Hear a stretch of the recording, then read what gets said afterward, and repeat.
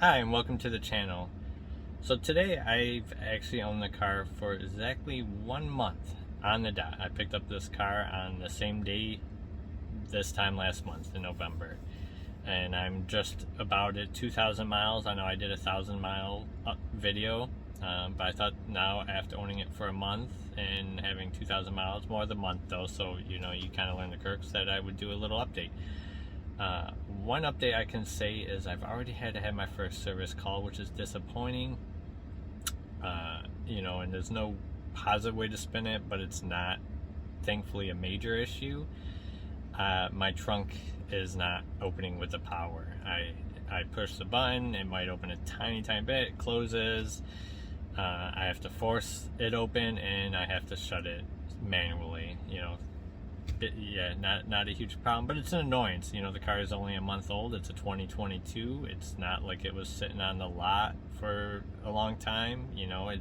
I don't think any Teslas sit on the lot because there's a wait when you're ordering. So you order, they come in, and you pick it up. So definitely no Teslas are sitting on the lot. But it is an annoyance, and just the process was very simple though. I just clicked on the app, clicked service call, put in the description what it was, picked a date and a time, and it says a text coming out here, and it's only about 2 weeks away. Which, it's you got Christmas and New Year's coming up within the next few days, so it's understandable, and I'm not mad about it taking 2 weeks. Plus, they're coming to me instead of me having to drive to them. I will update once the service call is and see how it went. I'll let you know if they fixed the problem or what is going on.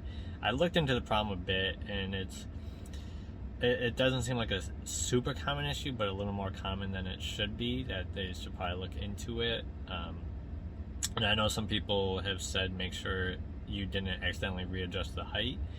I have done that, and it doesn't make a difference. In fact, it's not setting the height. If I'm guessing, I think it's something to do with the obstruction sensor, and it just is not opening because it thinks there's something right there.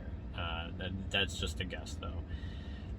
And to let you know how to set your height in case you ever need to or want to, and you're not sure how to do it, all you do is open the trunk as normal, and hopefully yours opens unlike mine.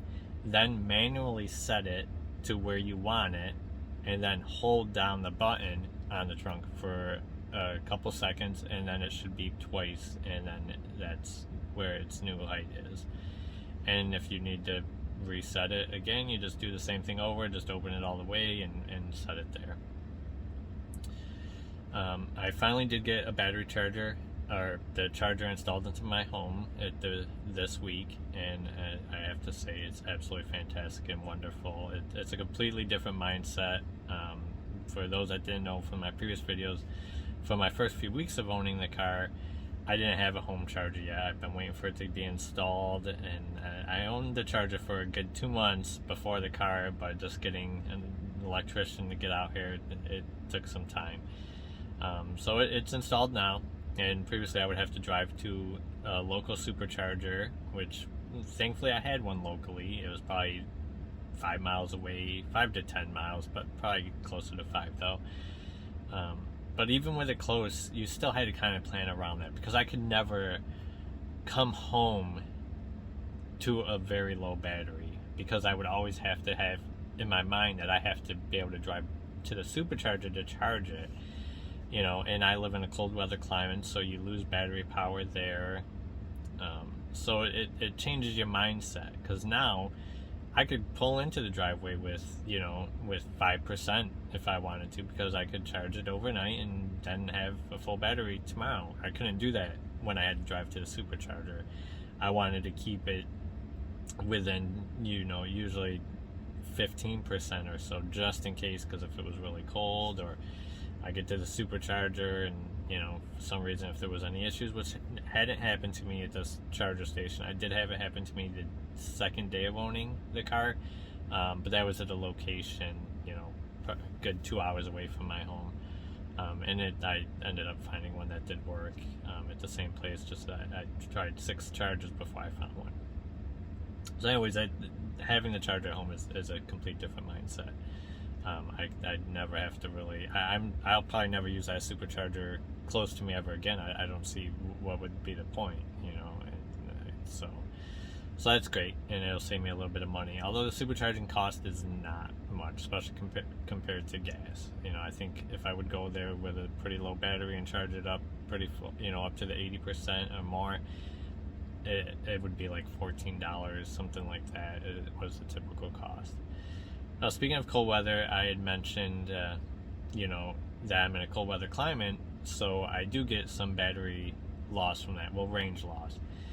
And it sometimes can be pretty significant. I've driven about a 40-mile drive away, and you know, so 80 miles, you know, both ways there and back. And I will have noticed for the battery range, because I put it on the battery, I have it show me the mileage instead of the percentage. I like that better. It's more relatable, you know, to what I'm used to, and kind of helps me plan better.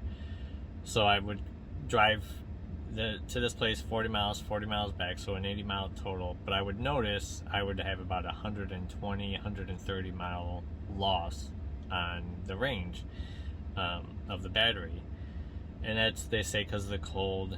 But that's pretty significant loss. Again, unless you're traveling real far in the cold, it doesn't make that big of a difference. You would just have to have a few extra supercharger stops, which is an annoyance for sure. But if you're mostly local and you're not taking trips, it's not that big of a deal, especially with a home charger, which I now have.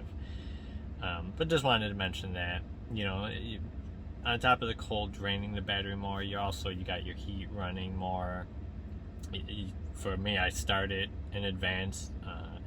That day that I had mentioned where I noticed the loss, I think it was 16 degrees. 16 to 18 was the temperature that day. It kind of fluctuated between that. So that was kind of a, you know, a major reason for that. But again, it's no big deal. It's just something I want to mention.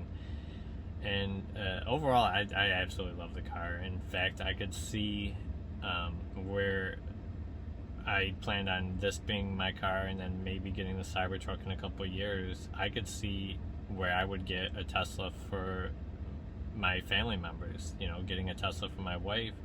And I have a son who's, you know, been driving for a few years now.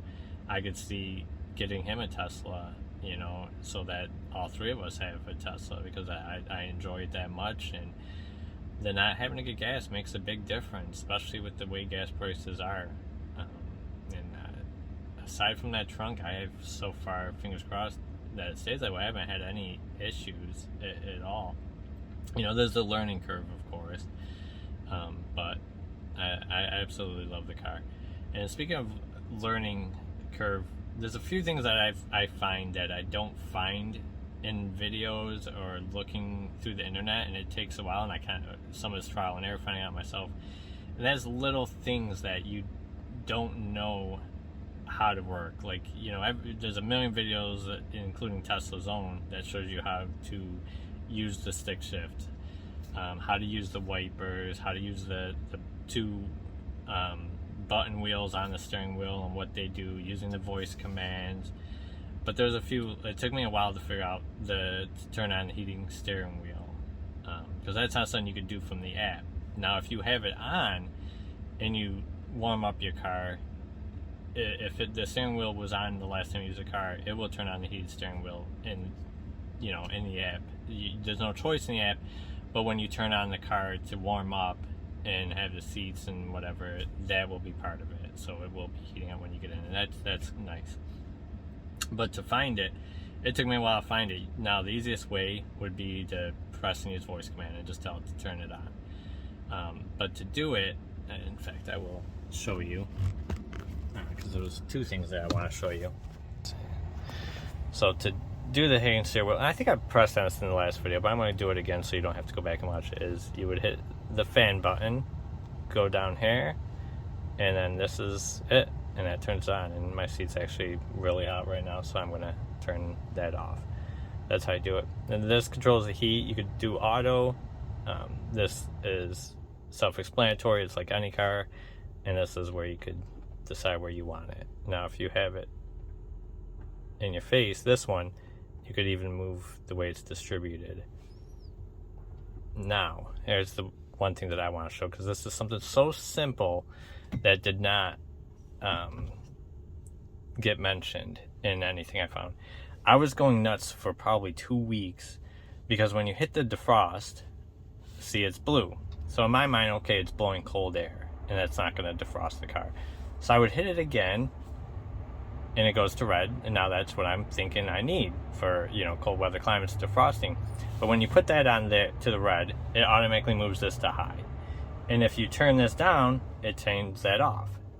So I tried everything. I was messing with this. I put this part on so it's blowing on the window. If I had this, I put it all the way up. To no avail, nothing worked. The car would fog up. Every 5 minutes or so, I would have to go back in and put it on high, wait a couple minutes for it to defrost, then turn it off again. But this does not mean it's cold, I have learned. What that is it defrosts at the current temperature that you're at. So it will defrost the windows without affecting your current setting. Simple thing, but man, it's very nice to know, because I was going insane trying to figure out, thinking like there's no way that this has to be on high for a defrost. So there you have it. That's one of the dumbest little things to know, that blue means it's defrosting at this level, because the back is, you know, one option, and that's red. So, but, you know, common sense would, you know, maybe I'm an idiot, but, and I probably am regardless, but to me, when I would hit that and saw blue, I said, okay, that is, you know, cold air, you know, defrosting. So just something I wanted to mention. So yeah, that's about it. That's it for the video. I've already gone on for a little bit. I always ramble. I never really prepare these videos. I just have a few talking points in mind, then half the time I forget half of them once I start recording. But I really appreciate the support. If you guys could subscribe to the channel, like the video, leave comments. I try to answer all questions. I don't think there's been a question I haven't answered, to the best of my knowledge. But the channel grows the more support that we get. And if you're into other tech, we got reviews for all kinds of different tech things coming up, and I review 4K discs a lot, film reviews.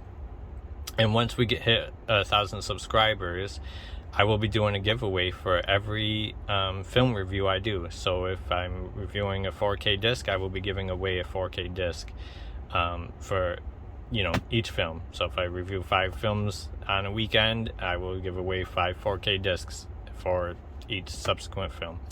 All right, thank you. Really appreciate your support. Bye.